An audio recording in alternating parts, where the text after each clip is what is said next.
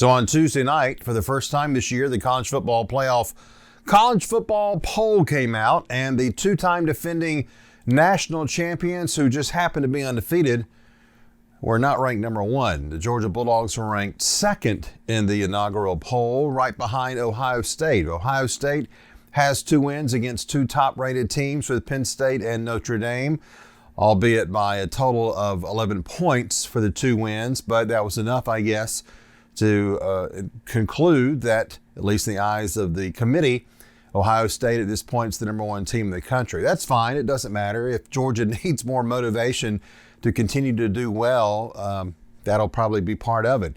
But we are getting ready for a very serious stretch for the Dawgs. 3 straight games against 3 teams that are in that top 25 college football playoff poll, with, of course, Missouri this week, then Ole Miss, and then a road game in Knoxville against Tennessee. And there's no question the Dawgs will answer the question of whether or not they are the number 1 team in the country with these next 3 games. They are not going to be easy games.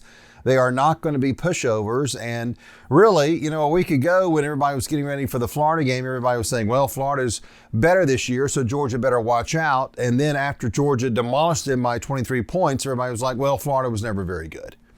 So it doesn't really add up. But what does add up is the fact that Georgia is a great team.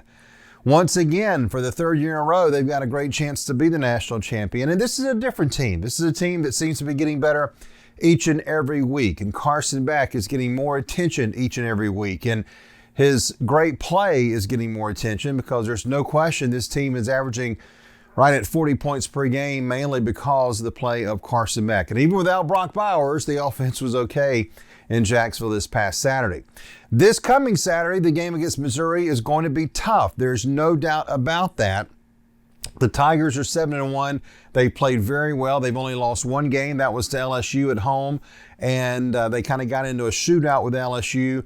And the Tigers won because LSU's leading the country in scoring right now. But Missouri's got a very good team. They've got a good quarterback in Brady Cook. They've got the leading rusher in Cody Schrader, and Luther Burden, the wide receiver, is the 2nd leading receiver in the conference. So this is going to be a test for this Georgia defense. But to be honest with you, I think Georgia's going to be fine.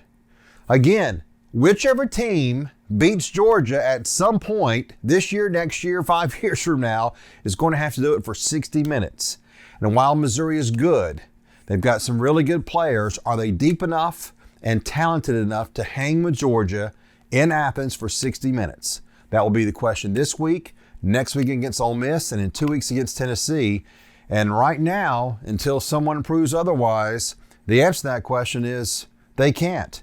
So Georgia should win on Saturday against Missouri, and maybe then they'll start getting more national attention as the best team in college football.